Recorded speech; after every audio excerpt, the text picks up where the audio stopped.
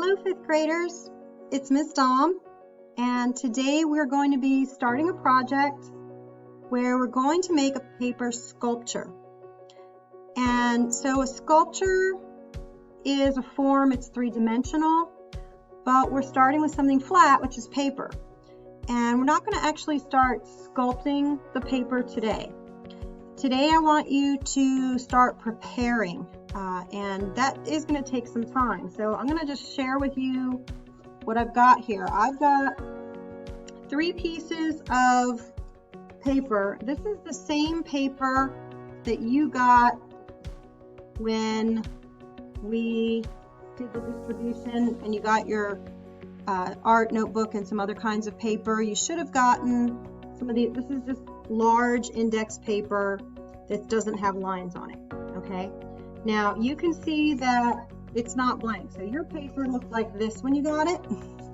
It was blank, and I have 2 more pieces here that I didn't decorate. Honestly, it took a while for me to do this because I had to color the whole thing, and I did both sides. Now I did sort of random sorts of patterns. So they're patterns, but they're not, perfect patterns. And I tried to get them to sort of coordinate because these are going to get chopped up and then reconfigured back together to create the sculpture. So I kind of used similar colors, and that way when I put it together and cut up the pieces, it'll all sort of match. If you want to use like rainbow colors, you can. If you want to keep it simple and just use like a black marker and do a black and white theme, that's fine. I used crayon, okay? But this is your sculpture, so think about what colors you want to have on the sculpture. Again, if you want to use like a black Sharpie marker and just put lots of patterns, different patterns on each side with just black and white, that works. If you want to go large, all right, what you can do, or maybe you don't have that cardstock paper, and this is what's called cardstock, so it's just a heavier paper. I don't recommend doing this with the origami type of paper or copy paper because it's kind of flimsy. Now this right here is some lightweight cardboard, and it is a Cheerios box. I did not decorate this. I might do that sometimes between now and the next video, but honestly, like I said, coloring these in took some time, and I'm not going to ask you to do more than I would do. And this, is enough for one art class, okay? So if you can get at least 3 of the 5 papers decorated on both sides, you're good. But like I said, if you want to go big and you want to do like a really big sculpture, start collecting cardboard from boxes. I like cereal boxes. They're good size to work with, and like I said, you can cut them. Some of the heavier duty cardboard, unless you're allowed to use like a knife, a box cutting type knife, they might be challenging to try and cut. So this is good. Now you can paint this. It's going to be difficult to get some color on that with the crayon. So you can paint it if you want. If you have acrylic paint, that would cover up this side where there's Cheerios stuff or whatever type of cereal you eat. You can paint over it, but keep in mind acrylic paint is permanent, and if you don't have it and you've never used it before, you need to clean it up immediately. I don't use it in the art room for that reason, because once it's dry, it's permanent, and it's just too much. But if you have it available, if your family likes to do artsy craftsy stuff, that's a possibility for you. Again, I'm just giving you options. You don't have to use cardboard.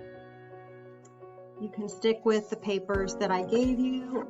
And like I said, the idea is to decorate both sides. Now keep in mind, these are not the final finished project. This is just something that I can work with, because once I start sculpting it, it's going to be hard to go back and color it once it's constructed. So I'm just picking colors that I like and creating some designs that, like I said, sort of coordinate and match up for when I do my sculpture. Now, you don't have to do it the way, make it look like mine, but I do want you to notice how they do kind of go together and they are completely colored in. And if you remember, and if those of you that had me for second grade when we did the paper weaving, I said don't get too attached to your painting when we painted and then we cut it up to weave. It's kind of the same idea. We're not weaving this time, but you want something bright and colorful, but this is not the final work of art. You are going to be cutting it up, so you don't have, it doesn't have, try not to make it too precious to you, I guess. You don't want to be like, oh, I can't cut it, it's too beautiful. So anyway, that's what we're starting with. For next time, you're going to need some scissors, glue, and or tape. If you're able to have both handy, that's good. Another thing you might want to get, if you have them, is something to clip the papers together so that if you're using glue, you can clip it together until the glue's dry. So like a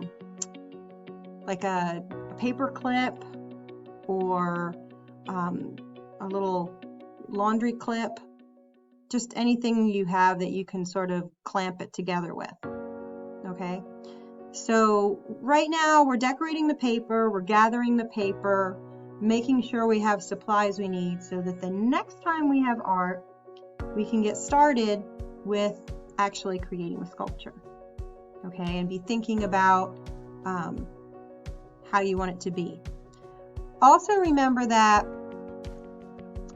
you'll notice that these are not, they don't look like any particular thing. And so my sculpture is going to be abstract.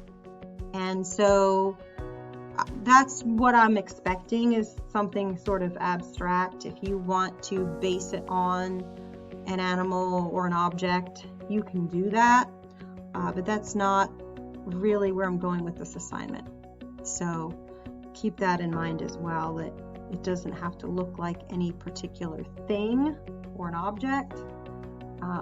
That might be something you can try on your own if that is appealing to you, is try to recreate an object out of paper.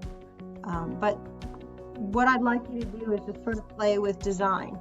And so we did our principles of design and elements of art.